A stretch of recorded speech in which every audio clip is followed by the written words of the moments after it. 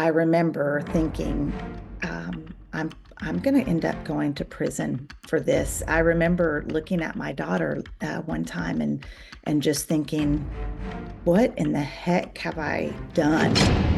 Marcy Marie Simmons openly shares her journey as an inmate in a Texas prison. I was in my late 20s and I had just gone through a rough divorce and was in a rocky marriage with small children, working at a manufacturing plant.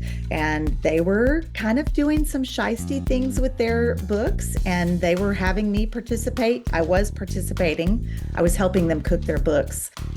I felt with every time that I made a successful transaction, it gave me courage to do more. Mother Nature aided in her getting arrested. An ice storm came, and y'all, I'm in Texas, so when there's an ice storm, the whole state shuts down. I couldn't get online to manage those transactions. And those transactions kind of sitting stagnant in the bank account threw up a red flag. Go into work on Monday morning, and I walk into my office, and the big boss, the owner, the money man of the company, was sitting in my chair. And he pulls out this folder and opens it up, and he says, what is this? And what could I say at that point? The papers were in front of him. He knew what was happening. A couple detectives walked in just moments later, and they asked me to come with them, and I did so voluntarily. And it was like that massive walk of shame through the manufacturing plant, all of everybody, all of my coworkers seeing what's happening. It was like I was in an episode of Law and Order. I was in this room, and this interrogation room. There's a little camera in the corner, and he puts the recorder in the middle of the table, and it's two detectives. And I remember in that moment thinking, is this real life? Like, how did my life get here? At some very poor, terrible decisions. I ratted on myself. I knew I was caught. I remember having to call because my husband at the time didn't have a clue that I was taking all of this money. It was like living this life of lies. I was telling people I had gotten raises, I was getting bonuses, and he did not know about it. So I just said, I need you to pick up the kids today. I'm being arrested. And he said, it was quiet for a moment. And then he said, well, did you have a traffic ticket you didn't tell me about? That was the only thing he could think of that I was doing. And I just said, it's bad. It's really bad. After negotiations, she was charged with embezzlement for stealing $367,000. I get back to the county jail and I have to call home, right? And I'm trying to explain to them that I had just signed a piece of paper sentencing me to 20 years in a Texas state prison. Life in prison began. Day-to-day life in prison is like Groundhog Day, that movie with Bill Murray, where it's just you get up and it's the same thing over and over and over. I'm reliving the same day over and over. You would get up like in the morning, strip search, go to work out in the fields, come in for lunch, and then you would be in the dorm, and we would hand wash our underclothes or get in line for the shower. Chow times, you would visit with your friend. That's when we would write home. There was dominoes. You all have probably seen TV shows like Orange is the New Black or whatever when it's count time. It's that. There's a first count and a second count. All through the night as well. And they wake you up for those counts. In prison, you don't rest. The worst part of jail for Marcy was some of the staff. I learned it didn't take long. Within weeks, that fear that I had of the incarcerated population, it dissolved and a new fear developed. And that fear was from staff members. And unfortunately, I also encountered plenty of prison staff that use their authority to harm the people inside of the prisons. Women's prisons, we experience sexual harassment regularly, sexual assault. We experience very degrading things. It's really challenging when you're already having this internal conflict of ways that you messed up, and then hearing these outside voices. Strip searches were difficult to endure. And some of those are like particularly humiliating. You're in a line holding your clothes. You even have to remove your feminine products. We're all sweaty. It smells. There's 20 naked, sweaty bodies there. And the officers are, and again, not all of them. Correction staff, I'm not talking to all of you, but you know the ones, you know who you are. The ones that do this, you know who you are. So we had women that would strip search us and just degrade us the entire time, belittle us, tell us we stink, tell us we're disgusting. Part of you disassociates and part of you kind of jokes about it. And we would be kind of laughing at this horrific situation, frankly, with cycle on the floor and down our legs, menstrual cycle. It took me a little while to realize how dehumanizing and unnecessary the oppressive culture in there really is, because I'm like laughing about it and people around me are going, oh my gosh, you're still treated like very much like an animal in a cage. There were some lighter moments in prison. I met some of the best people I've ever met in my entire life inside of those walls. We had community in there. We had sisterhood in there, and we were all in the trenches together, right? We all of a sudden, it's like prison is the great equalizer. We have our families, our play families, and their age and race and demographics, none of that matters. I think that there's kind of this narrative in our society that women don't stick together, because my experience was quite different. Absolutely, we stuck together. Marcy also found love. I met my wife in prison.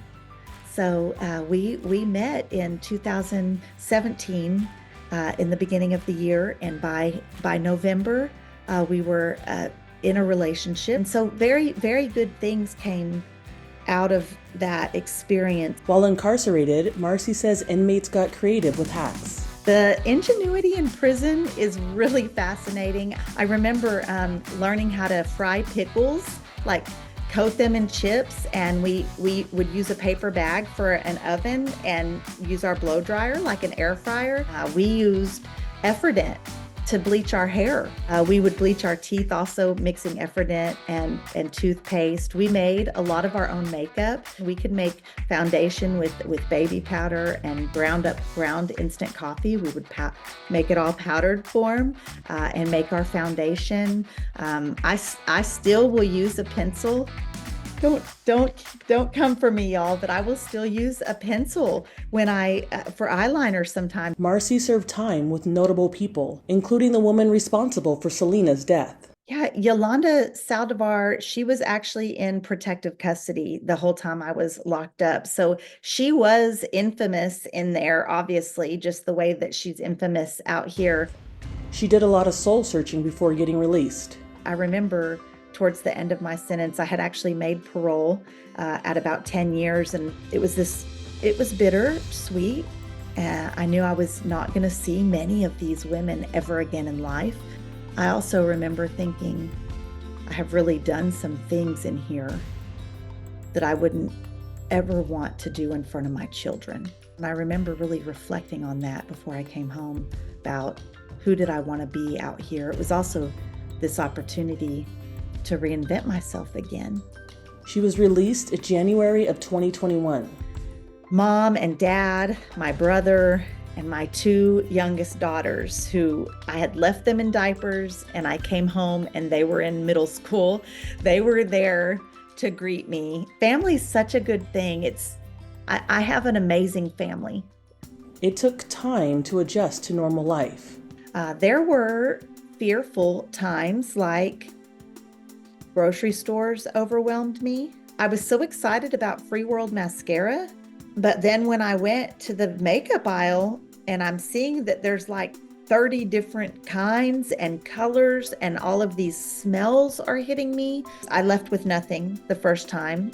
My wife came to see me when I was in the halfway house, and we went to Walmart, and that was for a cell phone. But I remember like holding her hand so tightly because it felt so strange that people were moving freely around me.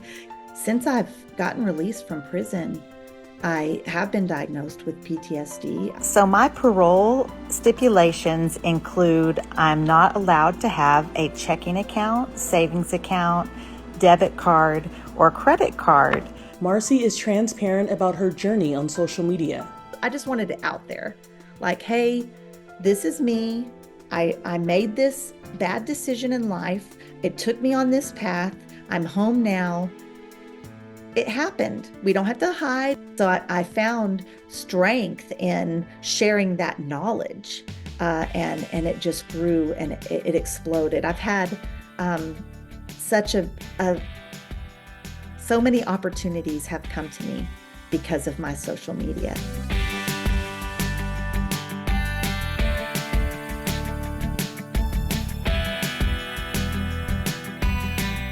Staff she knew from the prison see her content.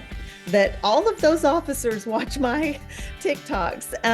And so lots of them know when I tell a story, they know that they were the ones that did that. I actually had one officer reach out to me. It said, I'm sorry about how I treated you and how I treated other people in there. And I'm proud of what you're doing now. Yeah, it was really surreal to read that, and I really appreciated her acknowledging that, and then officers that have retired that I'm in constant communication with, and that they would like to see that culture change also. You know, prisons aren't just dangerous for people that are incarcerated, they are dangerous for everyone involved, staff included. In my first summer in Texas, I was worried that I wasn't going to survive. I had watched an egg fry on the day room floor, and I remember thinking, what is this doing to the inside of my body? Marcy and several others are currently fighting for climate control in Texas prisons. Texas prisons, about 70% do not have any type of climate control to combat Texas summers. So Texas prisons are made up of bricks and concrete, these elements that hold heat. So in the summertime, inside of your cell, it will be 10, 15, even 20 degrees hotter than it is outside. We're not asking for the state to make people in prison comfortable, right? It's prison, it's what it is. We just want it to be safe. Marcy even has a podcast. I have a podcast called On the Rec Yard Women's Prison Podcast. And we talk about all things women's prisons, and some episodes are really light and some are heavier when we're talking about things like sexual assault in women's prisons. She hopes anyone going down the wrong path will listen to her story and seek help before it's too late. The ripple effect of the decisions I made it wasn't just a small ripple. That ripple went on and on. The damage that my incarceration did, not just to me, but to my family, I would never do that again. You know, I think people end up in prison when their needs aren't being made, when their basic needs aren't being made, mental health. If you're going through something that is putting you on a path that can end in prison, then I would look for community. I would look for help. And I know it's not always easy, but there's organizations out there, and I would start there, like counseling, and let's look at what you need. What are you needing that's making you kind of go on this off path? For Inside Edition Digital, I'm Andrea Swindle.